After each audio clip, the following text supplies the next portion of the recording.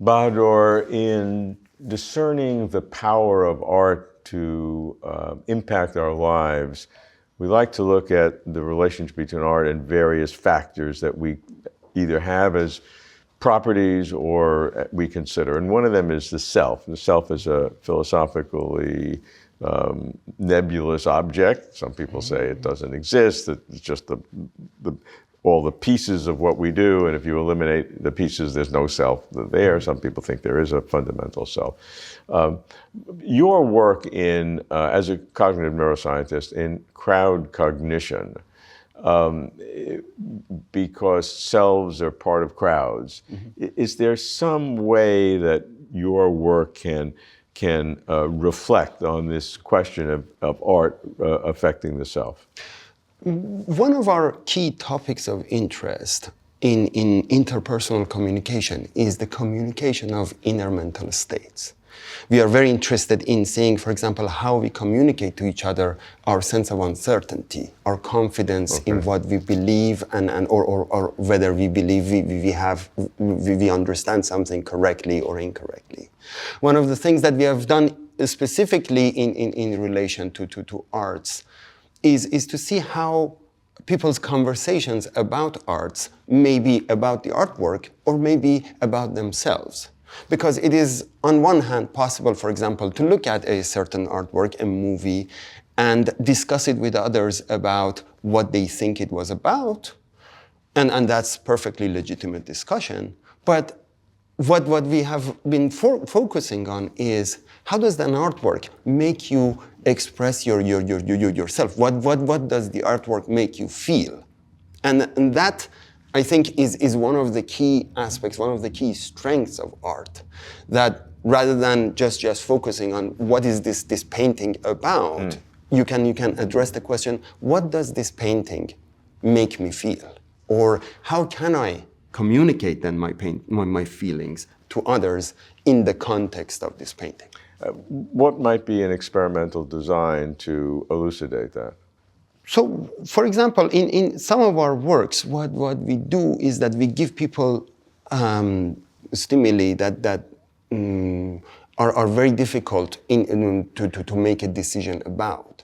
But we give different versions of them to these people, and then we ask them to make joint decisions about them by communicating to each other the level of precision that they had in what they saw.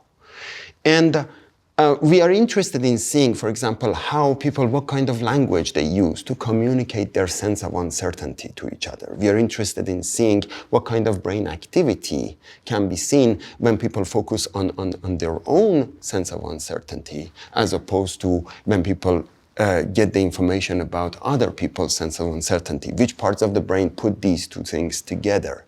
And how are they the same? Like are parts of our brain that focus on my own internal feelings, and are they the same ones that process and integrate the information from others or not? Uncertainty is a wonderful probe of the self, because if I'm talking about myself, uncertainty forms a high percentage of what it is. So I'd like to understand the experiments that you do that encode for uncertainty, and especially to differentiate between uncertainty that we feel about ourselves and about someone else under a theory of mind. Yes. One group of experiments that we do, which are directly related to this question of uncertainty, ask the question, like when we interact with each other, we may be taking information from others. We may be conforming to their point of view for one of two different motives. We may be motivated to be more correct because we are uncertain about our own information. And we say, probably the other person knows better. But it is also possible that we feel that if I reject the other person's point of view, that's going to be not so nice. So out of normative necessity, we might actually conform to each other's sense of uncertainty. This has been a very long-standing question in history of psychology. Like what are the differences between them? Do we Do we always go for uncertainty? Are there people who go for the normative side more, or are there people who go for the informational side more? And how might that track with individual personalities? Exactly, how that might change, and most importantly, for a neuroscientist, is it the same brain areas that care about the normative side and the informational side, or do they all come into one thing and are just combined with each other? And what's the answer to that? The answer is that the best way to measure this is to measure brain activity in interaction. So if we have the best way we have found is to measure brain activity when I take the role both sometimes of trying to influence you and sometimes considering taking influence from you. So both in the role of the receiver and in the role of the sender of that uncertainty information. And when you do that, you see that actually there are brain areas that code for self-uncertainty under informational, and there are brain areas that code for other uncertainty under normative scale.